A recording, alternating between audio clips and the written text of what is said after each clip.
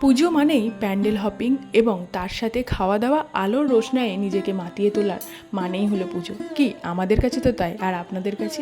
পুজো পরিক্রমাতে নিজেকে মাতিয়ে তুলবো না সেটা তো হতেই পারে না। আর সেই রকমই একটি ব্লগ নিয়ে আজকে হাজির হলাম আপনাদের সাথে। আমাদের পুজো শুরু হয়ে গেছে, আর আপনাদের পুজো কি শুরু হলো? চলুন তাহলে আমাদের পুজোর সাথে আপনাদের পুজোটাও শুরু হোক। আজকের যে ব্লগ শেয়ার করতে চলেছি সেখানে আপনাদেরকে দেখাতে চলেছি দুর্গাপুরের এক নজরে বেশ কয়েকটি সেরা পুজো প্যান্ডেল, যে পুজো প্যান্ডেলগুলি আপনাদেরকে অনেক বেশি আনন্দ দেবে এবং নানান থিমে সাজিয়ে সুসজ্জিত করা হয়েছে এই প্যান্ডেলগুলিকে। তো চলুন তার মধ্যে কোনগুলো আপনাদের সামনে তুলে ধরতে পারছি একবার দেখে নেওয়া যাক। প্রথমেই আমরা চলে গেছিলাম অগ্রণী, যেখানে থিম ছিল থাইল্যান্ডের ওয়াট অরুণ মন্দির। এই মন্দিরটি অসাধারণভাবে সুসজ্জিত হয়েছে সিসেল দিয়ে এবং মন্দিরের পুরো রূপটি ফুটিয়ে তোলা হয়েছে সিসেলের নিখুঁত কাজে।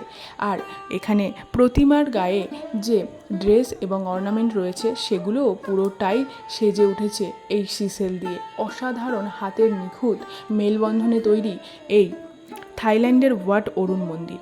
অসাধারণ থিমের মাধ্যমে সুসজ্জিত হয়েছে এই মন্দিরটি, যেটি দুর্গাপুরের পুজো প্যান্ডেলের টপ বেস্ট একটি প্রতিমা এবং বেস্ট একটি প্যান্ডেল থিম। চলুন সেকেন্ড আরও একটি মন্দির আপনাদের সাথে শেয়ার করি। তার আগে এই অগ্রণী প্যান্ডেলের পুরো ডিটেলস আপনাদেরকে দিতে থাকি। দেখুন কত সুন্দরভাবে সুসজ্জিত এবং প্রতিটা খোপে আলাদা আলাদা চিত্র বর্ণিত হয়েছে। যেখানে আপনারা দেখতে পাচ্ছেন এক জায়গায় রয়েছে টিয়া পাখি, অন্য কোথাও বৌদ্ধদেব, কোথাও রয়েছে ময়ূর, এবং এই সবটাই কিন্তু তৈরি হয়েছে সিসেল দিয়ে। এই মন্দিরের বাইরের রূপটা দেখতে অসাধারণ সুন্দর। থাইল্যান্ড না গিয়েও আপনিও পৌঁছে যেতে পারেন থাইল্যান্ডে, কিন্তু কিভাবে সেটার জন্য অবশ্যই আসতে হবে এই দুর্গাপুর অগ্রণী পুজো প্যান্ডেলে।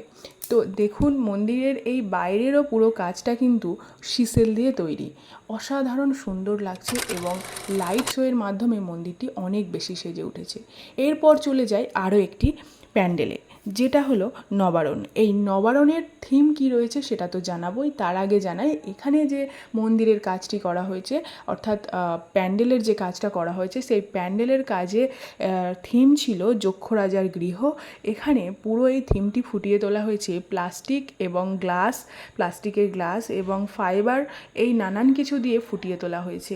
এই মন্দির এই প্যান্ডেলের যে এন্ট্রান্সটা রয়েছে সেটা অসাধারণ সুন্দর। দেখুন এরকম নেট এবং লাইট শোয়ের মাধ্যমে এন্ট্রান্সটা, আর ভেতরটাতে দেখতে পাচ্ছ প্রচুর লাইট রয়েছে, যে লাইটগুলো সুসজ্জিত হয়েছে রং বেরঙের প্লাস্টিক গ্লাসের উপর সুসজ্জিত, এবং উপরে এর সাথে রয়েছে প্লাস্টিকের ফিতে বা এই রকম কিছু জিনিস দিয়ে। এখানকার প্রতিমাও তোমাদেরকে দর্শন করালাম, সাথে এখানে ঝাড়বাতিটিও। অসাধারণ সুন্দরভাবে সুসজ্জিত এই যক্ষ রাজার গৃহ। থিমটা যেমন অপূর্ব, তার সাথে সাথে প্রতিমাও কিন্তু অসাধারণ সুন্দর। কেমন লাগলো জানাতে ভুলবেন না। এবার আপনাদের সাথে দেখিয়ে দিলাম সিমেন্ট পার্ক, যেটা সহজ পাঠ থিম দেওয়া হয়েছে, কিন্তু মন্দিরের কাজ কমপ্লিট না হওয়া, অর্থাৎ প্যান্ডেলের কাজ সম্পূর্ণ না হওয়ার কারণে আমরা পুরোপুরি দেখতে পারিনি, তাই চলে এলাম নেক্সট আরও একটি প্যান্ডেলে। তো সেই প্যান্ডেলটি হলো চতুরঙ্গ। এটা কিন্তু দুর্গাপুরে টপ 10-এর মধ্যে আরও একটি অন্যতম প্যান্ডেল হলো চতুরঙ্গ, যেখানে তোমরা দেখতে পাচ্ছ যে থিমটি রয়েছে কি সেটা তো অবশ্যই বলবো। তার আগে গেটের যে জিনিসগুলো রাখা রয়েছে সেগুলো আগেই বলি।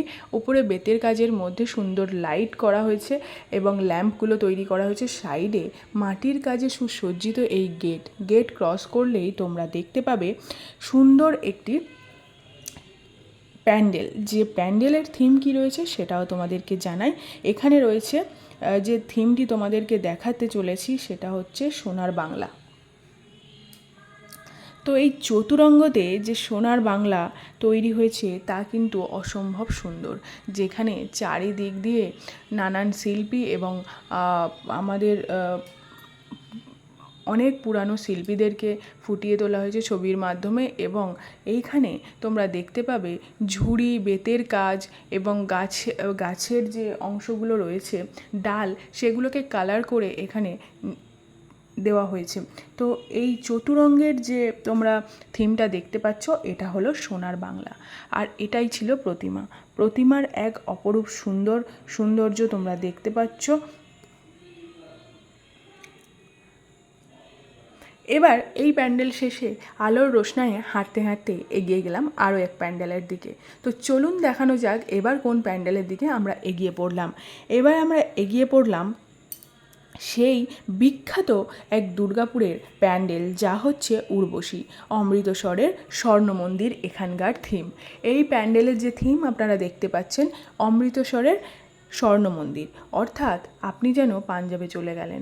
হ্যাঁ, এখানে এলেই দেখতে পাবেন সাইডে একটা নৃত্যানুষ্ঠান চলছে, যেটা পাঞ্জাবি শিল্পকে ফুটিয়ে তোলা হয়েছে এবং নৃত্য অনুষ্ঠানকে ফুটিয়ে তোলা হয়েছে। এবং এটা আমরা যখন গেছিলাম পঞ্চমীর দিনে, এটা কনস্ট্যান্টলি সাইডে প্রোগ্রামটা চলছিল এবং তার সাথে আমরা মন্দির অর্থাৎ প্যান্ডেল পরিক্রমা করলাম। সেই প্যান্ডেল পরিক্রমাকে তোমাদেরকে দেখাতে পাচ্ছি যে মন্দিরের যে ঠাকুর রয়েছে, প্রতিমা রয়েছে, প্রতিমার গায়ের যে গহনাগুলো এবং সমস্ত যা কিছু দেখতে পাচ্ছ সব কিছু সোনার সোনার মতো করে ফুটিয়ে তোলা হয়েছে। অবশ্যই সেগুলো মাটির, কিন্তু সোনার মতো করে ফুটিয়ে তোলা হয়েছে, যেহেতু এটা রূপ দেওয়া হয়েছে থিমের অমৃতসরের স্বর্ণ মন্দির, সেই কারণে। আর এখানে দেখো তোমরা পাঞ্জাবি ডান্সও দেখতে পাবে এলেই, আর অসাধারণ সুন্দরভাবে সুসজ্জিত। তাহলে আর অমৃতসরের মন্দির আপনি না দেখতে পারেন, পকেট মানি থাকুক আর না থাকুক, আপনি কিন্তু বাড়ি বসে হলেও দেখতে পারেন, অথবা দুর্গাপুরে এই কাছেই ঘুরে যেতে পারেন এই অমৃতসরের স্বর্ণ মন্দির থেকে। এই মন্দির তো আপনাদেরকে দেখালাম। এবার আরও একটি মন্দির আপনাদের সাথে শেয়ার করতে চলেছি, থাইল্যান্ডের বিখ্যাত মিউজিয়াম। কি বাড়ি বসে দেখতে পারবেন এই থাইল্যান্ডের বিখ্যাত মিউজিয়াম? আমি কিন্তু আপনাদের সাথে শেয়ার করতে পারি এই থাইল্যান্ডের বিখ্যাত মিউজিয়াম কোথায় বলুন তো? মার্কনিতে হয়েছে এই থাইল্যান্ডের বিখ্যাত মিউজিয়াম। এখানে অসাধারণ সুন্দরভাবে সুসজ্জিত এবং ফোমের কাজ দেওয়া হয়েছে, চারিদিকে ফোমের কাজে আর লাইট শোয়ের মাধ্যমে অপরূপ সুন্দর লাগছে এই প্যান্ডেলটি। যে প্যান্ডেলটি হচ্ছে থাইল্যান্ডের বিখ্যাত একটি মিউজিয়াম তৈরি করা হয়েছে। তোমাদের মিউজিয়ামের নামটাও দেখিয়ে দিলাম ভিডিওর মাধ্যমে। আর দেখো, ভেতরে গেলে অসম্ভব সুন্দর স্টিলের চামচ, প্রদীপ, ধূপধানি এবং তার সাথে সাথে একটু পিতলের বেশ কিছু জিনিস দিয়ে সুসজ্জিত করা হয়েছে ভেতরের এই রূপটি। অর্থাৎ প্যান্ডেলের ভেতরের যে রূপটা তোমরা দেখতে পাচ্ছ সেটা অসম্ভব সুন্দর, আর প্রতিমার মধ্যে একটা আলাদা আর্ট, সেটা না দেখলে বিশ্বাস করা যায় না। দেখুন চারিদিকে এই যা কিছু দেখছেন স্ট্রাকচারগুলো, প্রত্যেকটা স্ট্রাকচারই কিন্তু চামচ, প্রদীপ এবং তার সাথে ধূপধানি এবং স্টিলের নানান জিনিস দিয়ে তৈরি। এবার আপনাদের সাথে শেয়ার করতে চলেছি আরও নতুন একটি প্যান্ডেল, যেটা সেপকো। এই সেপকোতে কি থিম রয়েছে সেটা আপনাদের সাথে শেয়ার করতে চলেছি। তো সেই সেপকো যে থিমটা হয়েছে সেটা হচ্ছে রত্নগর্ভা। এক সাইডে বিদ্যাসাগর এবং অপর সাইডে রয়েছে রাজা রামমোহন রায়, সেই বিখ্যাত পণ্ডিত যিনি সমাজের জন্য কিছু করে গেছেন। সেই তার কাজকর্মকে ফুটিয়ে তোলা হয়েছে একদিকে, এবং অপর দিকে অবশ্যই ফুটিয়ে তোলা হয়েছে রাজা রামমোহনের সমাজ সেবা, যে সমস্ত কাজগুলো ছিল, বিধবা বিবাহ এবং আরও নানান কিছু কাজের মাধ্যমে সমস্তটা ফুটিয়ে তোলা হয়েছে। এবং এখানকার ভেতরের যে কাজটা করা হয়েছিল সেটাও প্রদীপ এবং প্লাস্টিকের কিছু জিনিস আর সাথে খড়ের কাজ দিয়ে। আর আরও একটি প্যান্ডেল আমরা চলে এলাম কথা বলতে বলতে, যেটা হলো ফুলজোর। এই ফুলজোরের যে থিম ছিল সেটা হলো মাটির টানে। এখানে কিন্তু প্রতিটা কাজ অসম্ভব সুন্দরভাবে করা, মাটি এবং খড় দিয়ে। যেখানে মাটি দিয়ে মানুষ তৈরি করা হয়েছে, খড় দিয়ে গড়া হয়েছেও মানুষ, এবং মানুষ মাটির টানে, অর্থাৎ সেই পুরানো দিনের যে রীতি রেওয়াজ ছিল, মানুষ মাটির সাথে যতটা নিজেকে লিঙ্ক করতে পারতো সেই সমস্ত কাজগুলোকে এখানে তুলে ধরা হয়েছে। এবং চারিদিকে দেখো সিঁড়ি এবং মই নানান কিছু দিয়ে এই প্যান্ডেলটি সুসজ্জিত। চারিদিকে কিন্তু খড় দিয়ে মূর্তি তৈরি করে সেগুলোর উপরে কাপড় পরিয়ে একটা মূর্তির রূপ দেওয়া হয়েছে, এবং ভেতরটা পুরোটাই রয়েছে খড়ের বিনুনি, এবং গোটাটায় চারিদিক ঘেরা রয়েছে এই খড়ের বিনুনি দিয়ে অসম্ভব সুন্দরভাবে মেলবন্ধন তৈরি করা। উপরটা দেখো কি অপরূপ সুন্দর, এটা কিন্তু খড় আর কাপড় দিয়ে তৈরি, জাস্ট অসাধারণ লাগছে। এবং চারিদিকের এই লাইটগুলো, যে লাইট শোগুলো তৈরি হচ্ছে, সবটাই হাঁড়ির মধ্যে ফুটো করে, মাটির হাঁড়িতে ফুটো করে লাইটের ব্যবস্থা করা হয়েছে। এখানকারও প্রতিমা অসাধারণ সুন্দর, চোখ জুড়িয়ে যাওয়ার মতো একটি প্রতিমা। অবশ্যই এই প্যান্ডেলটিকেও কিন্তু আপনাদের লিস্ট থেকে বাদ দিলে চলবে না। চলুন এবার সেই বিখ্যাত এই রিসেন্টলি উদ্বোধন হওয়া একটি মন্দির আপনাদের সাথে শেয়ার করতে চলেছি, দীঘার জগন্নাথ মন্দির। এটা কোথায় বলুন তো? অবশ্যই আপনাকে জানতে হবে, সেটার জন্য ভিডিওটি দেখতে থাকুন। হ্যাঁ, এই মন্দিরটি হয়েছে শঙ্করপুর, অর্থাৎ দুর্গাপুর শঙ্করপুরে চলে এলে আপনারা পেয়ে যাবেন এই রকম দীঘার জগন্নাথ মন্দির। আপনারা যারা এখনও পর্যন্ত দীঘার জগন্নাথ মন্দির দেখেননি, অবশ্যই প্যান্ডেলে এসে দেখে যান দীঘার জগন্নাথ মন্দির। ঘরে বসেই তাহলে কত কিছু দেখতে পাচ্ছেন। এই আছেন থাইল্যান্ড, তো এই আছেন যক্ষরাজার গৃহেতে। আবার যদি মনে করেন তাহলে চলে যেতে পারেন দীঘাতে। আবার আপনিও কিন্তু ঘুরতে পারেন বৃন্দাবন থেকে। তো চলুন দেখানো যাক। তো এখানকার কাজটাও তোমাদের সাথে প্রপারলি শেয়ার করলাম এবং প্রতিমাও শেয়ার করলাম। কেমন লাগলো জানাতে ভুলো না। চলুন এবার যাওয়া যাক সেই আমাদের একদম শেষের পর্বে, বৃন্দাবনের প্রেম মন্দির, যেটা হয়েছে গোপাল মাঠে।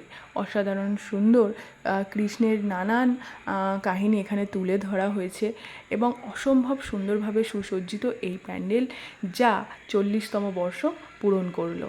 আর এখানকার উপরের যে ঝাড়বাতি এবং কাজগুলো তোমাদের সাথে শেয়ার করছি, দেখতে থাকো। এটাই ছিল এখানকার প্রতিমা।